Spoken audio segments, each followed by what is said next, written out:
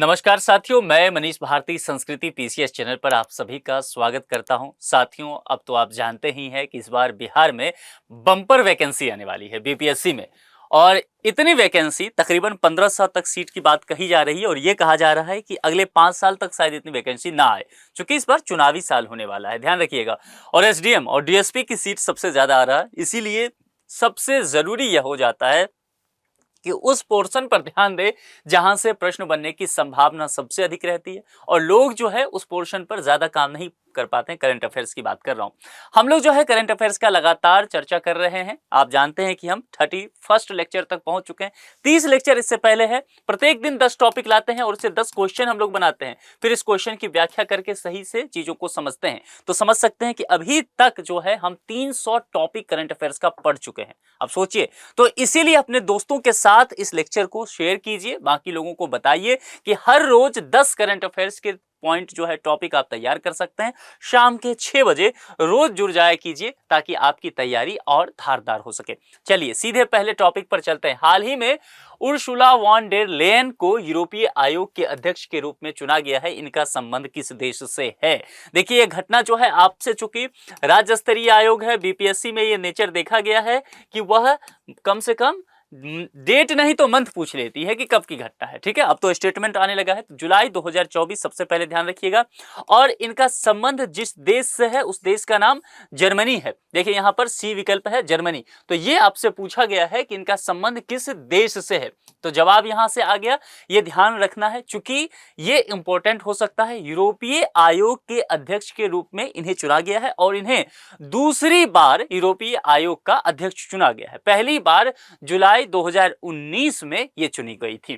ठीक है, इतनी जानकारी जर्मनी ज्यादा इनसे पूछेगा, है ना, तो आपके पास यह फैक्ट होना चाहिए। चलिए अब चलते हैं दूसरे टॉपिक की तरफ। दूसरा टॉपिक क्या कहता है? हाल ही में विनय मोहन क्वात्रा को किस देश में भारत का अगला राजदूत नियुक्त किया गया है?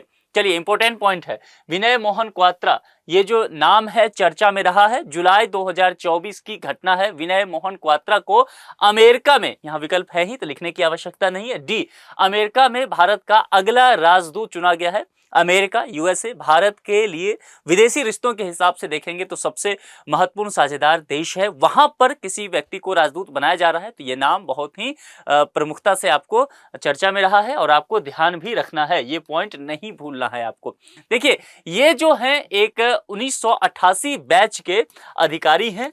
तो हालांकि ये सब आपसे नहीं पूछा जाएगा, लेकिन मान लीजिए आयोग का कुछ कह नहीं सकते, अगर है तो आप तैयार करके जाइए। जिन्होंने अगस्त 2017 से फरवरी 2020 तक फ्रांस में भारत के राजदूत के रूप में काम किया है। अगर मान लीजिए पूछा जाता है कि ये इससे पहले अमेरिका से पहले कहां, तो आपको बता देना है कि भैया ये इससे पहले फ्रांस में थे। ठीक है, भारत के राजदूत के रूप में वहां पर काम कर रहे थे और 2022 में इन्हें विदेश सचिव भी नियुक्त किया गया था। ठीक है, तो इतनी चीजें इनके विषय में ध्यान रखना है, बाकी आपका काम यहां से चल जाएगा। चलिए अब पहुंचते हैं तीसरे टॉपिक पर। अंतर्राष्ट्रीय शतरंज दिवस कब मनाया जाता है? मैं पहले भी बताया हूं, पीवाईक्यू जब आप देखिएगा बीपीएससी का, तो शतरंज से बहुत प्रश्न आपको देखने को मिलेगा। स्पोर्ट्स से प्रश्न पूछे जाते हैं बीपीएससी में, और उसमें भी खास करके शतरंज से बीपीएससी का एक अपना अलग सा प्रेम है।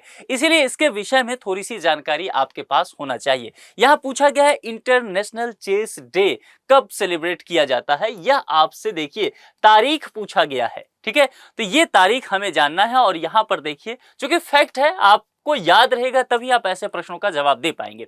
20 जुलाई को, ठीक है, अब यहां 20 जुलाई 2024 को इस बार भी अंतर्राष्ट्रीय शतरंज दिवस सेलिब्रेट किया गया था और यह प्रत्येक वर्ष 20 जुलाई को ही किया जाता है। अब यहां पर देखिए, यह दिन जो है शतरंज खिलाड़ियों और समाज पर उनके जो सकारात्मक प्रभाव पड़ते हैं, उसके वजह से जो जागरूकता वो उत्पन्न करते हैं, उनके सम्मान देने के लिए किया जाता है। अंतर्राष्ट्रीय शतरंज महासंघ की स्थापना के उपलक्ष्य में वर्ष 1966 से, ध्यान रखना है कब से, 1966 से अंतर्राष्ट्रीय शतरंज दिवस जो है वो सेलिब्रेट किया जाता है। और अंतर्राष्ट्रीय शतरंज महासंघ की स्थापना 20 जुलाई 1924 को हुई थी। अलग से नोट कर लीजिए, 20 जुलाई 1924। ठीक है, तो देखिए ये जो है ईयर, ये 2024 है। तो शताब्दी का मामला हो गया, इसीलिए आपको ये ज्यादा ध्यान रखना है। ठीक है, तो यहां से प्रश्न पूछे जा सकते हैं। एक जवाब क्या हो गया, 20 जुलाई। चलिए आगे बढ़ते हैं, चौथे टॉपिक पर चलते हैं। हाल ही में किस राज्य में राष्ट्रीय भूस्खलन पूर्वानुमान केंद्र की स्थापना की गई है? राष्ट्रीय भूस्खलन पूर्वानुमान केंद्र की बात यहां पर किया गया है। 4 आपको विकल्प दिया गया है, 4 विकल्प में हम देखेंगे कि कौन सा सही होने वाला है। जुलाई 2024 की यह घटना है। जुलाई 2024 में केंद्रीय कोयला और खान मंत्री कौन है? केंद्रीय कोयला और खान मंत्री फटाफट कमेंट बॉक्स में बताइए, मैं 2 मिनट में बताता हूं। ठीक है, कोलकाता पश्चिम बंगाल में राष्ट्रीय भूस्खलन पूर्वानुमान केंद्र की स्थापना की है। तो आपको जवाब कौन सा मिल गया? पश्चिम बंगाल, सी इसका जवाब है। मिनिस्टर का नाम आप लोगों ने लिखा, चलिए मैं बता देता हूं। जो केंद्रीय कोयला और खान मंत्री हैं उनका नाम है जी किशन रेड्डी। ठीक है, क्या नाम है? जी किशन रेड्डी। चेक कर लीजिए कितने लोगों को यह जवाब आता था, चूंकि पूछा जा सकता है। अब यहां पर इसके विषय में थोड़ा सा हम समझते हैं, राष्ट्रीय भूस्खलन पूर्वानुमान के विषय में समझते हैं। देखिए, इसे भारतीय भूवैज्ञानिक सर्वेक्षण के कोलकाता स्थित धारित्री परिसर वहां पर है। कौन सी परिसर है? धारित्री परिसर,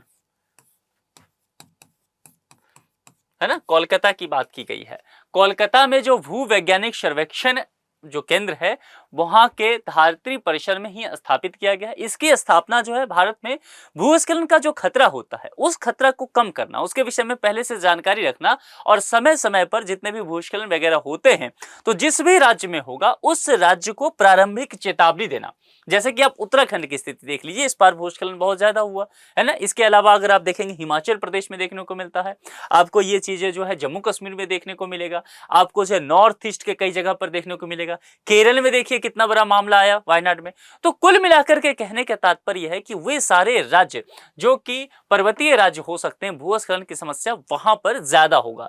तो उन राज्यों को पहले से ही आगाह कर देना, बुलेटिन वगैरह जारी करके बता देना कि इस तरह से आप निपटने के लिए तैयार हो जाइए। यह वर्ष 2030 तक देश भर में क्षेत्रीय भूस्खलन प्रारंभिक चेतावनी प्रणाली भी शुरू करेगा, इस तरह की बातें की गई है। तो ध्यान रखना है पश्चिम बंगाल होगा, चूंकि देखिए होगा क्या, राष्ट्रीय भूस्खलन पूर्वानुमान केंद्र की स्थापना पूछेगा अगर, तो आपको विकल्प में उत्तराखंड हिमाचल प्रदेश वगैरह डाल देगा। आपका ध्यान जाएगा कि भूस्खलन वहां ज्यादा होता है, तो जवाब जो है उत्तराखंड या हिमाचल प्रदेश होगा, हो गया पश्चिम बंगाल। तो ध्यान देना है, इसीलिए ऐसे विकल्प बनाए जा सकते हैं। मैंने थोड़ा सा विकल्प आसान रखा है, पर आयोग आप पर इतनी मेहरबान नहीं होगी। ठीक है, देखते हैं 5वें टॉपिक। हाल ही में भारत की 2 कोयला खदान कुशमुंडा को worldatlas.com ने विश्व की शीर्ष 10 कोयला खदानों की सूची में शामिल किया है। ये दोनों किस राज्य में अवस्थित हैं? ये पूछा गया है आपको, किस राज्य में अवस्थित हैं। तो यहां पर जवाब आपको दिख रहा है, 4 विकल्प दिया गया, बिहार, पश्चिम बंगाल, कर्नाटक और छत्तीसगढ़। देखिए जुलाई 2024 में worldatlas.com ने छत्तीसगढ़ के 2 कोयला खदानों, 2 कोयला खदान का नाम देखिए यहां पर लिखा हुआ है, गेरबा और कुसमुंडा, इसको जो है विश्व की टॉप 10 कोयला खदानों की सूची में शामिल कर लिया है। कहां? छत्तीसगढ़। तो नाम आपको छत्तीसगढ़ स्टेट पता चल गया, 2 यहां पर गेरबा और कुसमुंडा लिख लेना है ये अलग से। देखिए वर्ष 2023-24 में इन खदानों का संयुक्त कोयला उत्पादन अगर आपको मैं बताऊं तो 100 मिलियन टन तक ये मामला पहुंच गया था, इससे अधिक बल्कि था। इन कोयला खदानों का देश के वार्षिक कोयला उत्पादन में कितना भागीदारी हो सकता है, परसेंटेज के आधार पर आपसे पूछा जा सकता है।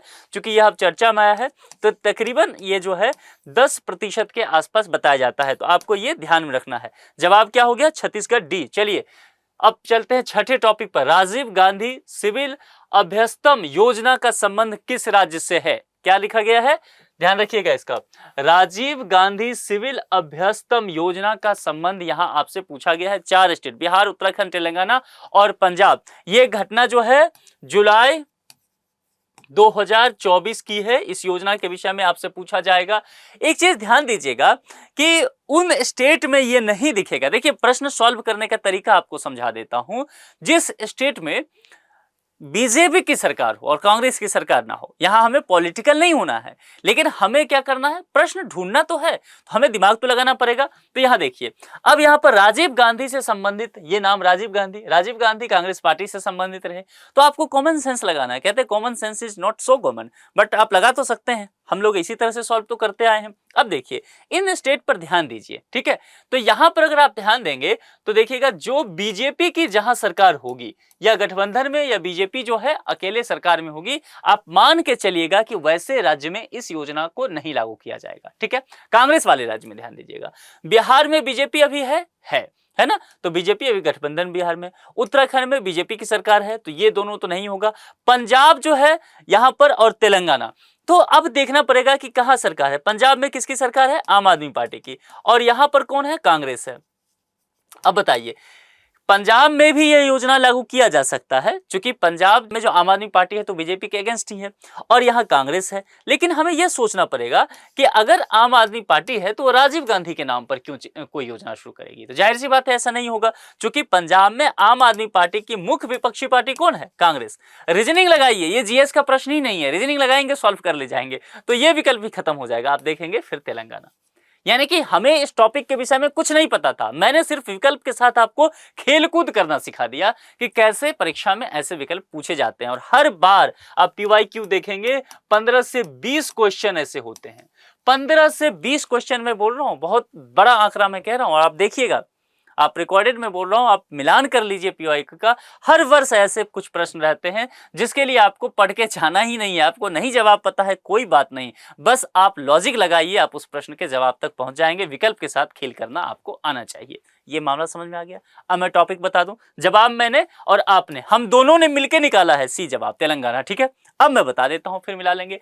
देखिए जुलाई 2024 की यह घटना है, ये मैं पहले बता चुका हूं। तेलंगाना के मुख्यमंत्री द्वारा राजीव गांधी अभ्यस्तम का शुभारंभ किया गया। देखिए इस योजना की शुरुआत जो है तेलंगाना के सिविल सेवा उम्मीदवारों को वित्तीय सहायता प्रदान करने के लिए किया गया है।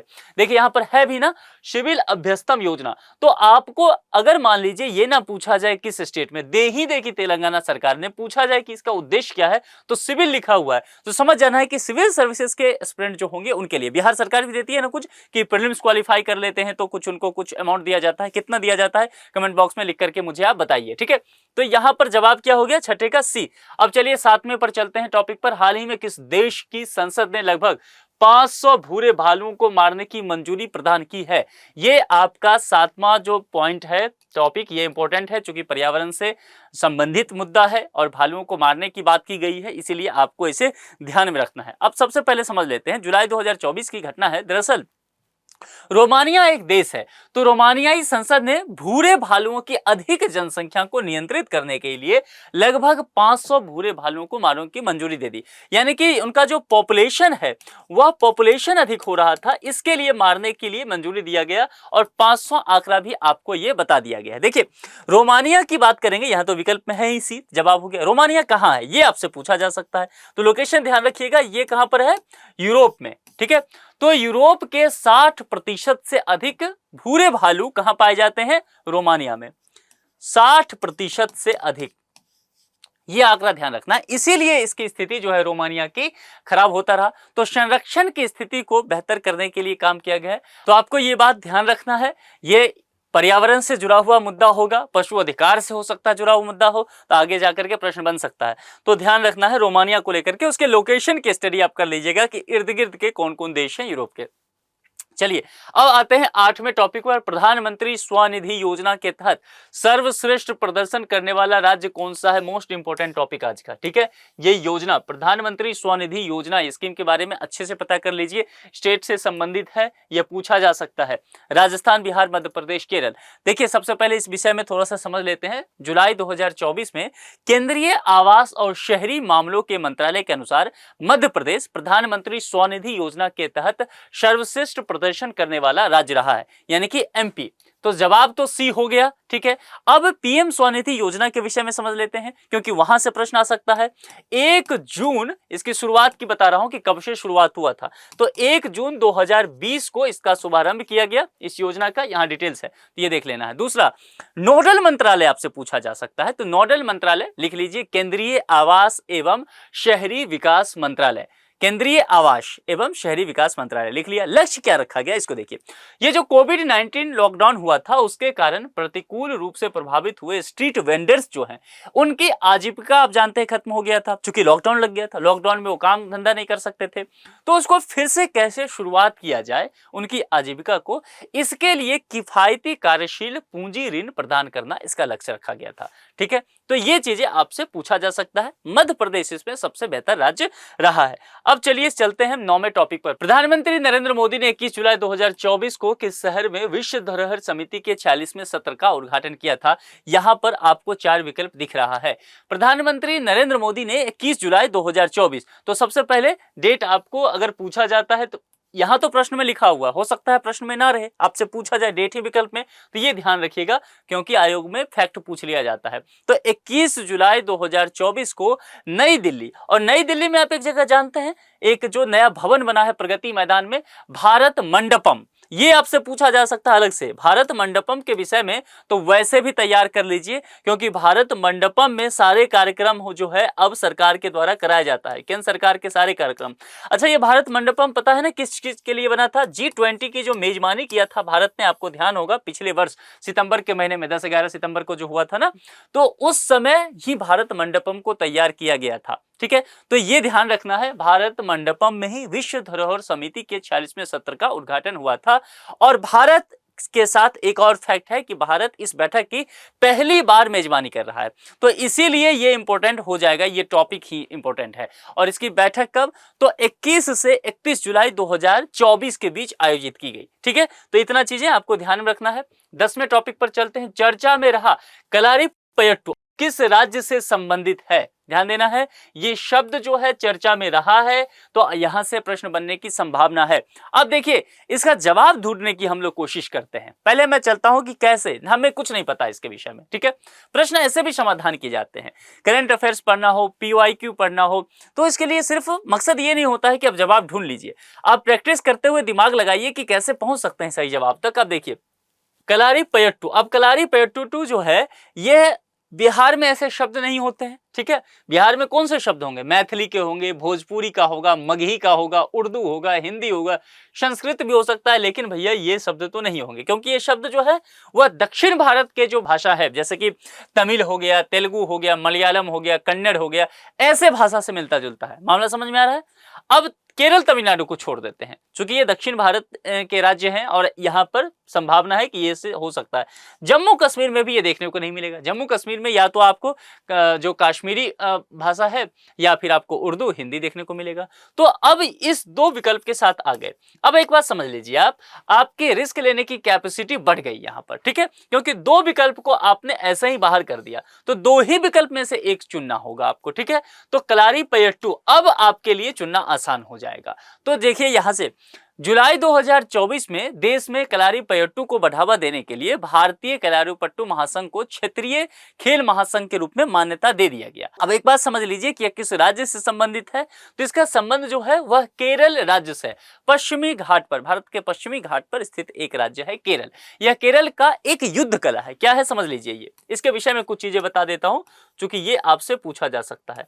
तो ये पूछा जाए तो आपको कहना है कि भैया ये जो है युद्ध कला है, हमें पता है।